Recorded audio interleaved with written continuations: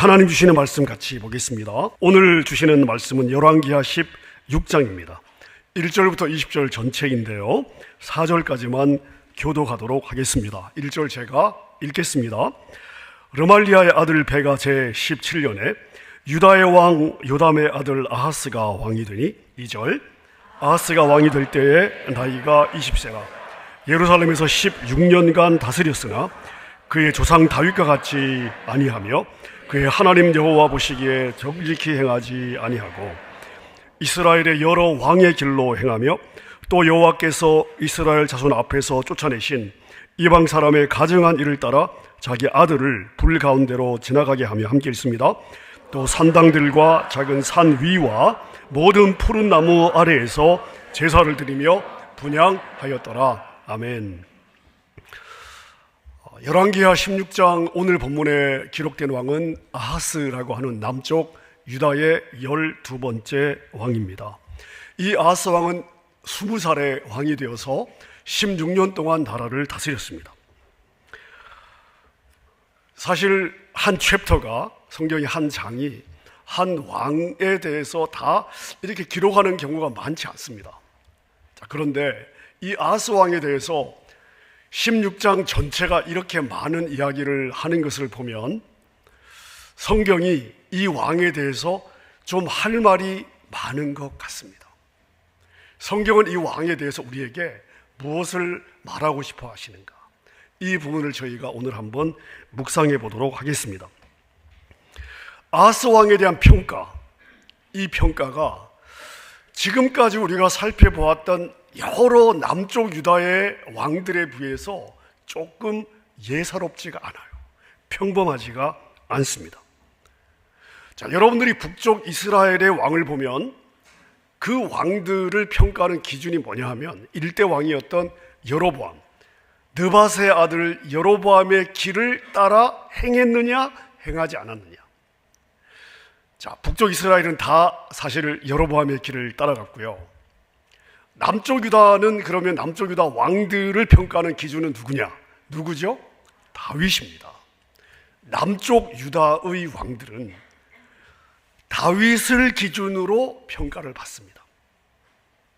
자, 그래서 남쪽 유다 왕들을 보면 대체적으로 이런 그 평가를 받는데요, 제가 몇 가지 한번 예를 들어 보겠습니다. 다윗과 같이 여호와 보시기에 정직하였으나 산당을 제거하지는 않았다. 여호와 보시기에 정직하였으나 다윗 같지는 않았다. 다윗의 마음과 같지 아니하였다. 그리고 하나 덧붙이면 여호와 보시기에 악하였다. 이렇게 다윗이 기준이 되고 있는데요, 아하스의 경우에는 여기에 덧붙여 조금 더 많은 설명들이 있습니다. 자, 예를 들어서 그 조상 다윗과 같지 아니하였다. 하나님 여호와 보시기에 정직하게 행하지 아니하였다.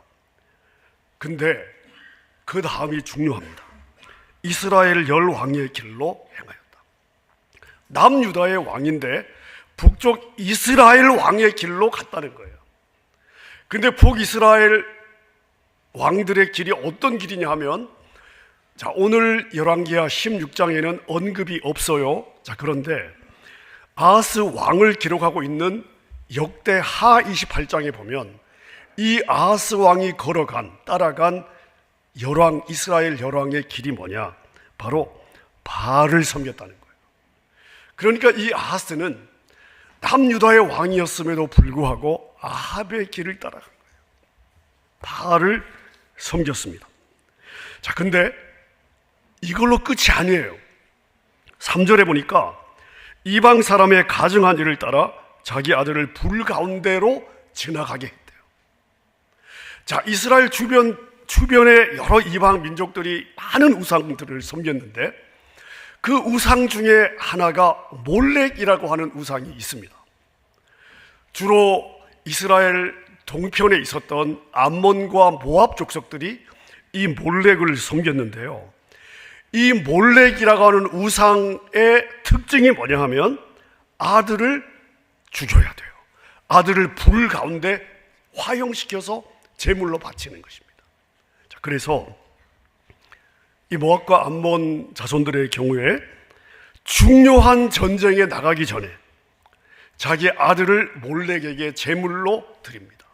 어떤 의미냐 하면 나에게 가장 귀한 것, 내 아들을 당신께 드릴 테니까 이 전쟁의 승리는 당신이 책임져라.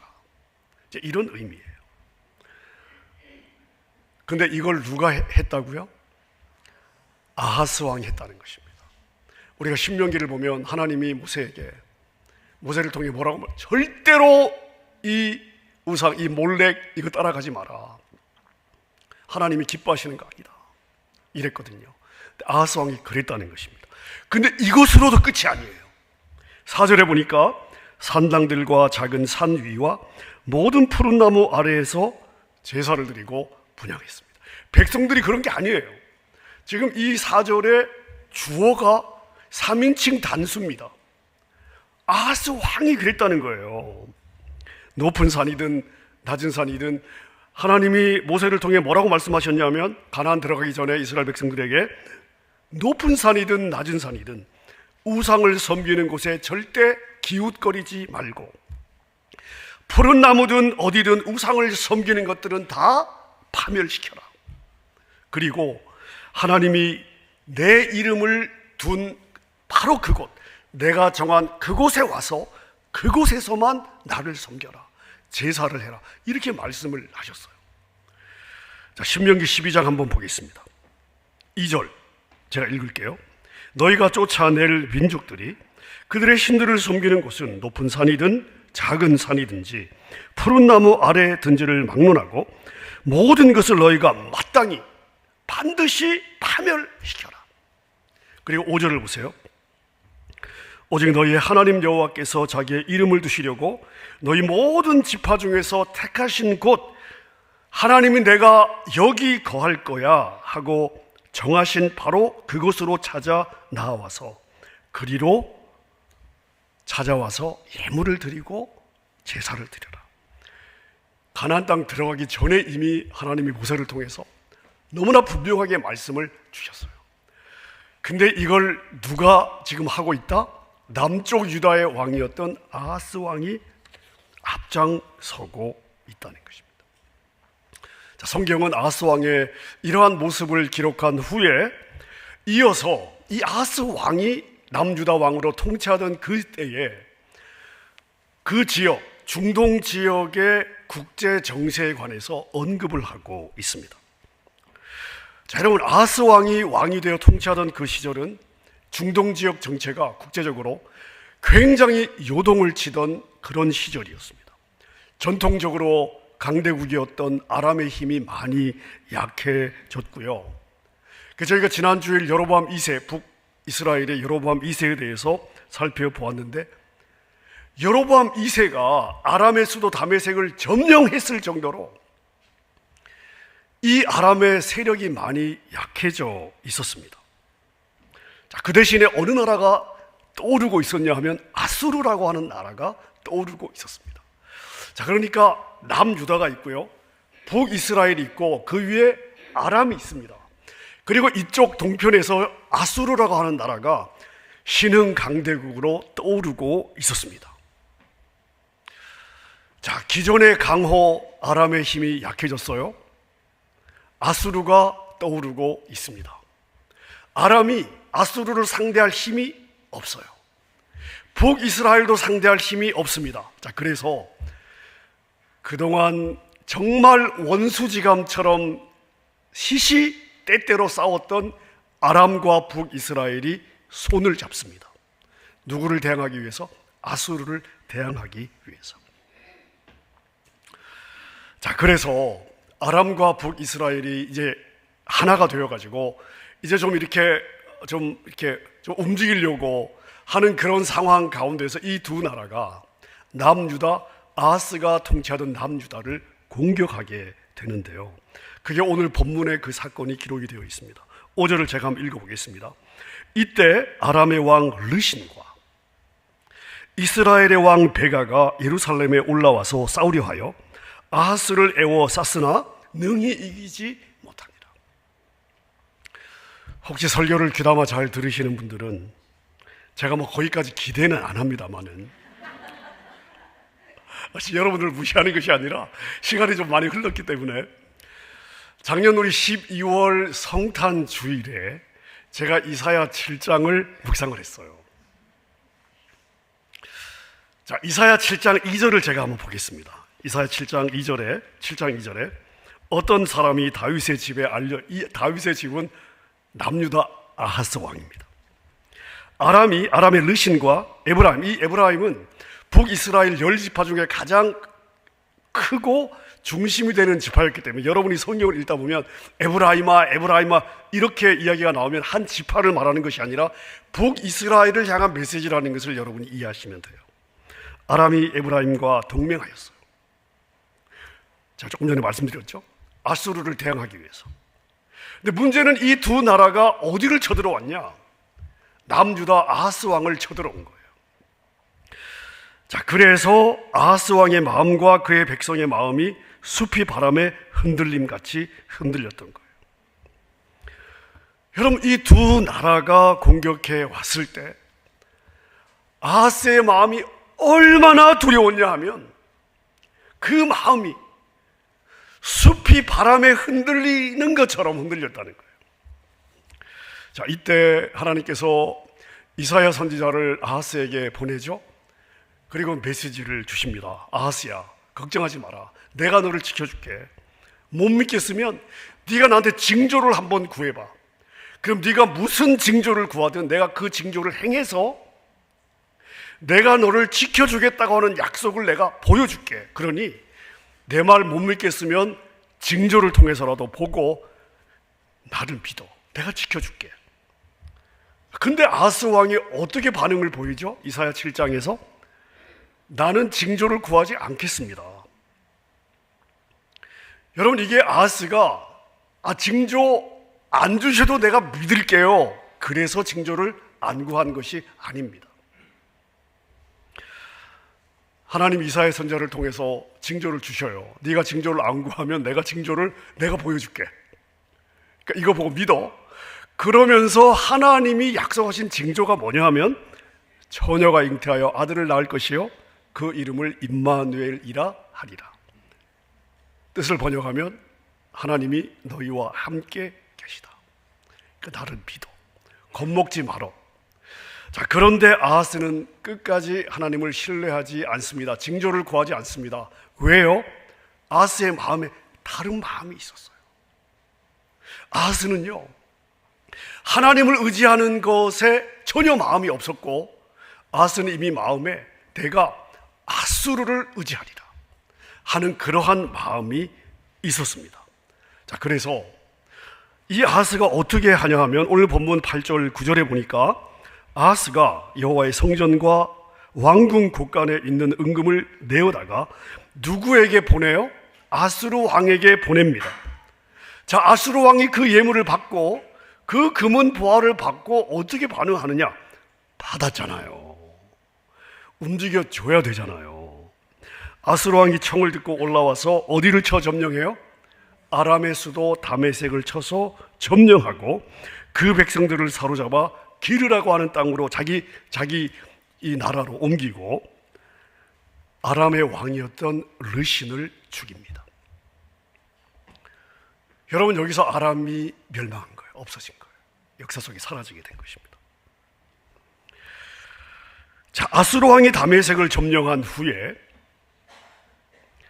아하스가 아수르 왕을 만나러 어딜 가냐? 다메섹으로 올라갑니다. 인사드리러 간 거예요. 나를 괴롭히던 아람을 쳐 주었으니 땡큐 베리마치 그라시아스입니다. 그래서 다메섹에 올라간 거예요. 근데 그 다메섹에서 기가 막힌 일들이 일어납니다. 자, 10절 11절 제가 읽습니다. 아하스 왕이 아수르의 왕을 만나러 다메섹에 갔다가 거기 있는 제단을 보고 아하스 왕이 그 제단의 모든 구조와 제도의 양식을 그려 제사장 우리야에게 보냈더니 아하스 왕이 다메섹에서 돌아오기 전에 제사장 우리야가 아하스 왕이 다메섹에서 보낸 대로 모두 행하여 제사장 우리야가 제단을 만들었다. 다메섹에 올라가 보니까요, 다메섹이 있었던 그 이방 민족들의 신전이 너무 좋아 보인 거예요. 여러분, 다메섹이 망했잖아요. 그 신이 강한데 왜 망하겠어요? 근데 그 신전의 구조와 모양을 카피를 해가지고 그 신전을 어디다 만들어요? 예루살렘 성전 옆에다가 만들어요. 기가 막히지 않습니까? 그리고 끝이 아니에요. 예루살렘 성전에서 하나님을 제사할 때 쓰였던 많은 기구들을 그 신전으로 옮기고 아하스 왕이 거기서 자기가 제사를 인도할 뿐만 아니라 하나님의 성전에서 제사를 인도했던 제사장들, 그리고 성전에서 하나님을 예배했던 백성들을 이 이방 신전으로 옮겨서 거기서 피 흘림의 제사를 드리도록 명령을 합니다. 자, 여러분, 여기까지가 열왕기하 16장 저희가 다 읽을 수는 없고요, 열왕기하 16장에 기록된 아하스 왕에 대한 기록입니다. 자, 그렇다면 우리는 이 아하스 왕을 통해 무엇을 배워야 될까? 성경은 이 한 챕터 전체를 통해 아하스 왕에 대해서 우리에게 말씀을 하고 있는데, 자, 우리는 이 나쁜 놈 어째 이럴 수가 있냐, 이렇게 하고 지나가면요, 우린 배울 게 없는 거예요. 우리는 무엇을 배워야 될까? 자, 여러분, 두 가지만 한번 생각해 보겠습니다. 첫째는 뭐냐면요, 누가 우리의 진짜 도움이 되는가? 이걸 우리가 생각해야 돼요. 환난 날에 누가 나의 도움이 되겠는가? 이 부분입니다. 여러분, 아하스가 아람과 북이스라엘 연합군의 공격을 받고 그 마음이 숲이 바람에 흔들림같이 두려워할 때 하나님은 내가 너를 지켜줄 거야, 두려워하지 마라, 약속을 주셨어요. 연합군이 왔지만 결국 아하스를 이기지 못하고 갔거든요. 아하스는 하나님을 신뢰하지 않습니다. 하나님 주시는 약속의 말씀도 신뢰하지 않습니다. 징조를 구하라고 해도 구하지도 않습니다. 안 구했는데 징조를 주셔도 안 믿습니다. 아하스의 마음에 내가 눈에 안 보이는 하나님, 내가 뭘 근거로 믿냐? 나는 떠오르는 강대국 아수르를 붙잡을 거야. 이 마음이 아하스 안에 확고하게 자리 잡고 있었던 겁니다.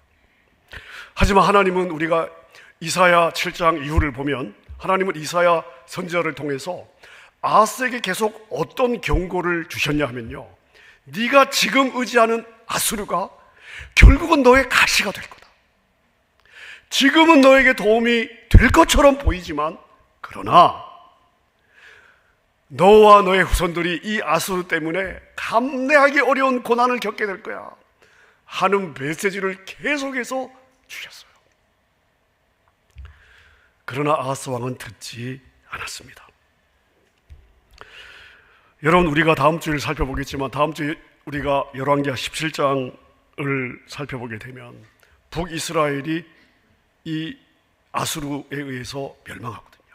오늘 아람이 멸망하고 다음 시간에 북이스라엘이 멸망을 해요. 자, 그럼 아수르가 그 당시 아람을 멸망시켰어요. 오늘 다음 주에 북이스라엘을 멸망시켜요. 그 다음 타겟은 누가 되겠습니까? 남유다가 되는 거예요. 여러분, 그래서 두고두고 아수르는 남유다를 정말 엄청나게 힘들게 하는 나라가 됩니다. 하나님이 미리 경고를 하셨어요. 아수르를 끌어들이지 마라. 지금은 도움이 될 것 같아도 너희가 아수르를 여기 끌어들이면 감당하기 어려운 고통을 겪게 될 거예요. 결국은 안 됐습니다. 결국 안 됐습니다.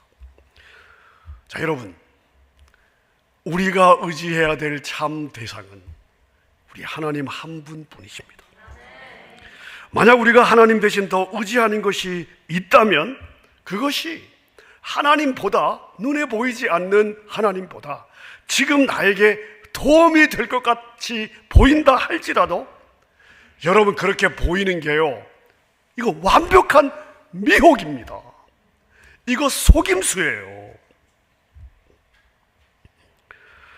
지금 당장 도움이 될 것 같은 그것이 잠시 후에 나를 무너뜨리는 걸림돌이 되는 거예요. 여러분, 우리 주님 외에는, 우리 하나님 한 분 외에는, 나의 하늘 아버지 외에 내가 의지할 땅의 것은 다 썩은 동아줄이에요. 그래서 시편 기자가 우리에게 이렇게 권면을 하잖아요. 시편 146편에 보니까 귀인들을 의지하지 말며 도울 힘이 없는 인생을 의지하지 마라. 너희가 의지하는 그 인생도 숨 떨어지면 그날로 끝이 아니냐. 그리고 5절에 뭐라고 함께 읽습니다. 야곱의 하나님을 자기의 도움으로 삼으며 여호와 하나님에게 자기의 소망을 두는 자는 복이 있도다. 아멘입니까? 여러분, 꼭 기억하시기를 바랍니다. 우리가 의지할 대상은 이 땅의 유일한 통치자가 되시는 우리 하나님 한 분밖에 없습니다. 주님만이 우리를 살리는 생명의 동아줄인 줄로 믿습니다. 자, 우리가 무엇을 의지하느냐, 이게 첫 번째 포인트라면, 우리가 아하스 왕을 통해서 생각해야 될 두 번째 포인트가 있어요. 아주 중요한 포인트예요. 여러분, 오늘 이 열왕기하 16장 아하스 왕에 대한 기록을 우리가 읽어보면 세상에 북이스라엘 왕도 아닌데 아합의 길을 따라가요. 모압과 암몬의 신 몰렉을 숭배하면서 자기 아들을 불로 제물로 바칩니다. 그냥 신이 될 만한 높은 산, 낮은 산 찾아다니고 푸른 나무 아래 가서 제사를 드립니다. 다메섹 올라가서는 망한 나라의 그 제단을 가필에다가 하나님의 성전 옆에 신전의 모양을 세우고 하나님을 예배했던 기구들을 거기 옮겨서 자기도, 제사장들도, 백성들도 피 흘림의 제사를 이방신에게 드리게 한다. 여러분, 이게 참 이해할 수 없는 일이에요. 어떻게 이렇게 할 수 있는가? 저는 오늘 본문을 정말 이 수십 번을 읽으면서요, 도대체 아하스는 무슨 마음으로 이렇게 살았을까 하는 부분을 계속해서 묵상을 해 보았습니다. 우리가 이 아하스 왕을 보면서 야, 이놈 진짜 나쁜 놈이네, 제정신이 아니네 하고 우리가 그냥 그렇게 한번 판단하고요, 한번 비판하고요, 지나가면 우린 배울 게 없는 거예요. 우린 배울 게 없는 거예요. 도대체 왜 그랬을까? 왜 그랬을까? 여러분, 저는 16장을 거듭해서 읽으면서 제 마음에 이 아하스 왕에 대한 연민의 마음이 많이 생겼어요. 아니, 목사님 지금 제정신입니까? 이렇게 우상을 섬기는 왕에게 연민의 마음을 갖다니요. 뭐 그러실 수도 있습니다. 여러분, 아하스 왕이 잘했다는 건 아니에요. 제 마음에 여러분 정말 짠한 마음이 들었어요. 아하스 왕이 몇 살의 왕이 됐죠? 20살의 왕이 되었습니다. 여러분, 20살이 나라를 통치할 준비가 될 수 있는 나이입니까? 한 국가를 책임지고 다스리기에는 너무나 어리지 않습니까, 여러분? 왕이 됐어요, 20살에. 근데 자기가 통치하는, 자기가 다스려야 되는, 자기가 지켜야 되는 자기 나라를 둘러싼 주변의 국제 정세가 정말 하루가 다르게 급변하는 상황입니다. 정신을 차릴 수가 없을 정도입니다. 연합군이 공격을 해요. 얼마나 두려웠으면 여러분 그 마음이 숲에 흔들리는, 바람에 흔들리는 숲 같다고 성경이 표현을 했기에 얼마나 두려웠으면. 아하스 왕이 통치하던 이 16년 동안 여러분 생각해 보세요. 이 사람이, 이 왕이 명색이 왕이지 편할 날이 있었을까요? 언제 어디서 무슨 일이 벌어질지 모르잖아요. 어떤 외적이 공격할지 모르잖아요. 저는요, 두 다리 뻗고 잔날이 아마 한우도 없을 것 같습니다. 마음 한켠에는 늘 불안이 자리 잡고 있고, 어떤 일이 생길지 알 수 없는 두려움들이 늘 있었을 것 같습니다. 사건이 터져요. 작은 사건이 아니죠. 자신의 결정 하나에 나라의 운명이 걸려 있습니다. 다 자기 책임이에요. 그런데 어떻게 해야 될지 모르겠어요. 판단이 서질 않아요. 자, 그렇다면 지푸라기라도 잡고 싶지 않았을까요? 오늘 우리가 아하스를 보면요, 종교의 스펙트럼이 굉장히 넓어요. 바알도 섬겼죠. 몰렉도 섬겼죠. 산 높아서 뭐가 있으면 가서 섬기죠. 나무가 다른 나무보다 더 푸르르면 거 가서도 제사를 드리죠. 거기다가 다메섹까지 가서 남의 신전을 카피에다가 예루살렘에 지어놓고 거기서까지 제사를 드리잖아요. 뭐가 느껴지십니까? 이 불안한 마음, 이 두려운 마음에 뭐라도 자신에게 도움이 될 만하다 싶으면 그게 무엇이든 기대고 싶고, 무엇이든 붙잡고 싶고, 무엇이든 의지하고 싶었던 마음이 아닐까. 여러분, 저는 오늘 본문을 읽고 또 읽으면서 아하스를 판단하는 대신 아하스의 입장에서 제가 생각을 해본 거예요. 정말 연민의 마음이 막 올라와요. 마구 올라왔습니다, 여러분. 마음이 너무 짠했어요. 자, 그러면 아하스의 문제는 무엇이었을까요? 아하스의 문제, 왜 이랬을까요? 날마다 제사가 드려지는, 제사가 끊어지지 않는 예루살렘 성전, 그 성전을 옆에 끼고 어쩌면 그 제사 함께 드린 그 삶이 제사였지 않았을까요? 근데 아하스 왕의 문제는 무엇이었을까요? 하나님을 몰랐다는 것입니다. 왜 하나님을 안 믿었냐? 왜 하나님을 의지하지 않았느냐? 아하스는 하나님을 모른 거예요. 여러분, 그냥 지식으로 아는 것은 참된 신앙이 될 수 없습니다. 말씀의 기반이 없는 지식은요, 위기 때에 아무런 도움이 되지 않아요. 사람은 하나님을 제대로 알고 하나님을 의지하지 않으면요, 어떤 것이라도 의지하게 돼요. 더군다나 하루하루가 위기의 삶이라면, 나에게 닥쳐오는 이 위기를 내 힘으로 핸들할 수 없는 상태, 그 마음의 불안감과 두려움이 있다면, 근데 하나님을 몰라요. 그럼 뭘 못하겠어요? 자신이 붙잡고 싶은 뭐라도 하지 않겠어요? 그게 어떤 신의 형태라면 혹시나 이 신이 좀 나에게 도움이 되지 않을까? 거 가서 한번 제사 드려보고 뭐라도. 하나님을 몰랐기 때문입니다. 하나님을 모르는 인생은요, 불안과 두려움의 이 연속의 삶을 살게 되면 다른 어떤 것이라도 의지하게 된다. 이게 우리 인간이다. 여러분, 그렇게 생각이 들지 않습니까? 우리가 이 아하스를 판단할 수 있습니다, 여러분. 어떻게 왕이 되어서 판단할 수 있어요? 여러분, 이렇게 우리가 판단해 버리면요, 우리는 배워야 될 것을 배우기가 어려워요. 우리가 흔히 이렇게 할 때가 많잖아요. 사람이 저럴 수가 있어? 어떻게 사람이 저럴 수가 있어? 왜 저럴까? 여러분, 죄송합니다.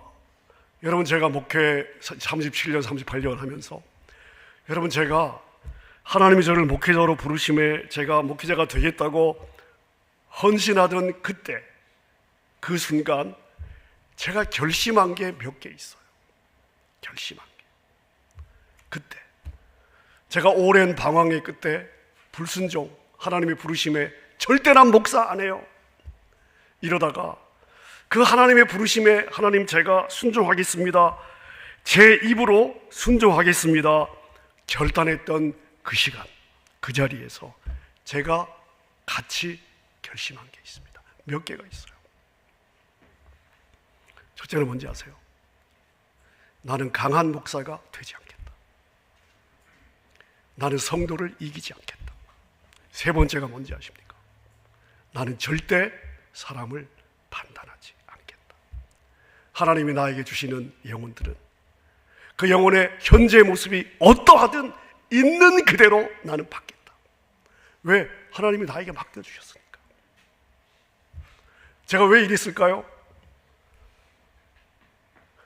신학으로 인생을 판단하는 너무나 많은 목사님들을 제가 보면서 거기에 주님의 사랑이 안 느껴지더라고요. 여러분, 아하스를 보세요. 여러분, 불쌍한 왕이 아닙니까? 근데 왜 이렇게 될 수밖에 없었다? 하나님을 몰랐다. 여러분, 그래서 우리도 하나님을 알아야 되는 거예요. 하나님을 배워야 되는 거예요. 여러분, 그래서 성경방이 너무 중요해요. 제가 교회 훈련 프로그램이기 때문에 강조하는 것이 아니에요. 여러분, 저에게 하나님 맡겨주신 영혼들을 제가 말씀으로 양육해야 되는 게 제 책임인데, 이런 책임을 가진 목사가 우리 성도들에게 성경을 알아야 되는데 이 성경방을 통해 성경을 배워가십시오 라고 이렇게 강조할 때는요, 이유가 있는 거예요. 이유가. 하나님을 알아야 돼요. 하나님을 알아야 믿어줘야 의지가 되는 거예요. 그렇지 않으면 세상에 어떤 것이라도 의지하게 될 수밖에 없어요. 매일매일이 불안의 연속이고 사건은 터지고 내 힘으로 핸들은 안 되고 내가 하는 결정 하나하나가 나라의 운명, 수많은 생명들을 좌우해야 된다면, 여러분, 지푸라기라도 내가 잡을 수 있는 어떤 신에게라도 가서 도움을 구해지지 않겠습니까? 이게 바로 이 아하스의 신앙의 현 주소였다.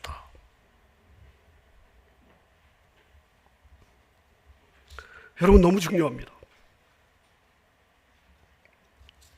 여러분, 욥을 한번 보십시오. 욥은 천상에서 하나님과 사단이 했던 대화를 알 길이 없죠. 왜 자신에게 고난이 찾아왔는지 욥은 알 길이 없어요. 욥이 맞닥뜨린 것은 뭐냐 하면 정말 너무나 기가 막힌 하루아침에 자기에게 닥쳐온 현실이었습니다. 모든 가진 것이 사라졌고요, 자녀들이 다 죽었습니다. 자, 이때 위로하러 온 친구들은 욥의 상황을 어떻게 해석을 했어요? 사필 귀정으로 해석을 했습니다.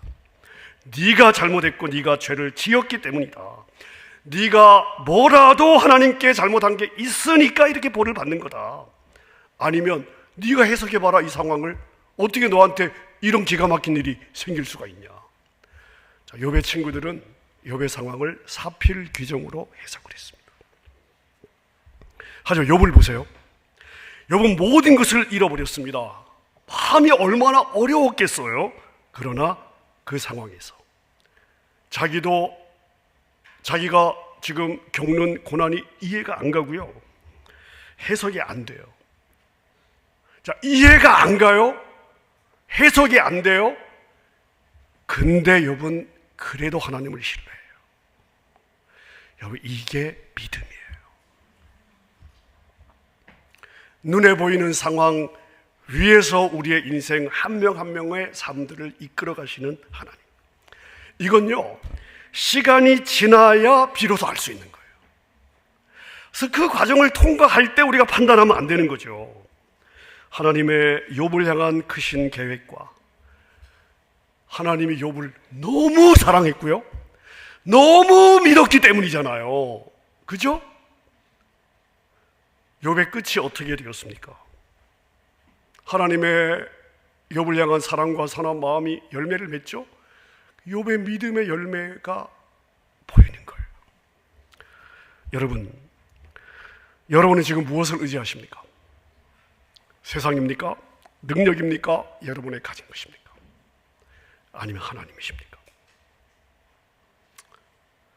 여러분, 우리 인생은 연약해서 하나님을 의지하지 않으면 세상의 어떤 것이라도 의지할 수 있습니다. 정말 귀한 성도는 어떤 성도냐? 정말 복된 성도는 어떤 성도인가 하면요, 세상의 모든 것을 다 가졌지만 그거 의지하지 않고 하나님 한 분만이 내가 오직 의지할 유일한 한 분이라는 것을 믿고 하나님 의지하고 살아가는 성도, 정말 복된 성도, 이게 진짜 믿음이에요. 여러분, 그래서 다윗의, 우리가 잘 아는 다윗의 고백이 참 귀한 고백인데요, 시편 18편 우리 같이 한번 읽어보겠습니다. 나의 고백으로 읽습니다. 시작. 나의 힘이신 여호와여, 내가 주를 사랑하나이다. 여호와는 나의 반석이시요 나의 요새시요 나를 건지시는 이시요 나의 하나님이시요 내가 그 안에 피할 나의 바위시요 나의 방패시요 나의 구원의 뿌리시요 나의 산성이시로다.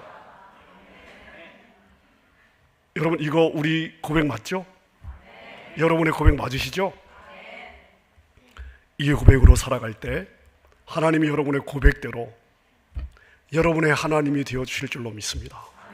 이 믿음으로 살아가는 여러분, 우리 모든 사랑하는 성도님들 되시기를 우리 주님의 이름으로 축원합니다. 함께 우리 찬양하겠습니다. 다윗의 고백, 우리의 고백이에요. 절대 놓치면 안 되는 우리의 믿음의 고백입니다. 우리 하나님을 향한, 나의 힘이 되신 여호와여, 내가 주님을 사랑합니다. 나의 생명 되신 하나님, 내가 주님을 찬양합니다. 우리 믿음의 고백으로 드립니다. 나의 힘이 되신 여호와여, 내가 주님을 사랑합니다. 주는 나의 반석이시며 나의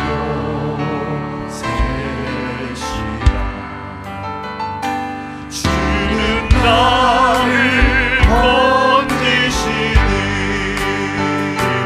나의 주, 나의 하나님, 나의 귀한 밤이시요 나의 밤 되신 나의 하나님, 나의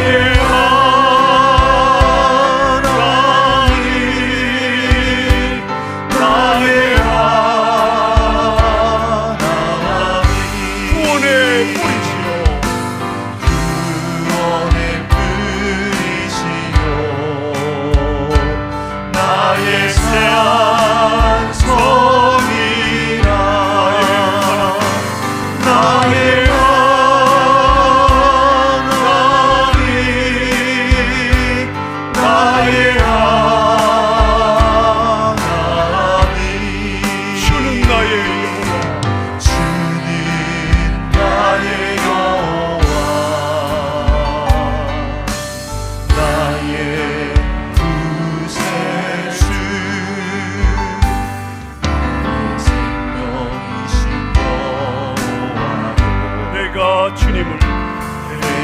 주님을 찬양합니다. 주는 나의 산성이시며 나의 의지이시라. 주는 나를 이끄시어 주의 길 인도하시며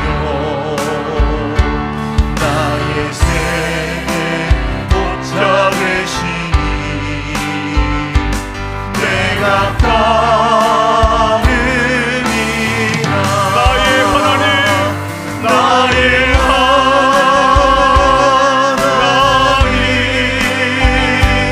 나의 하나님, 생명의 멸류관으로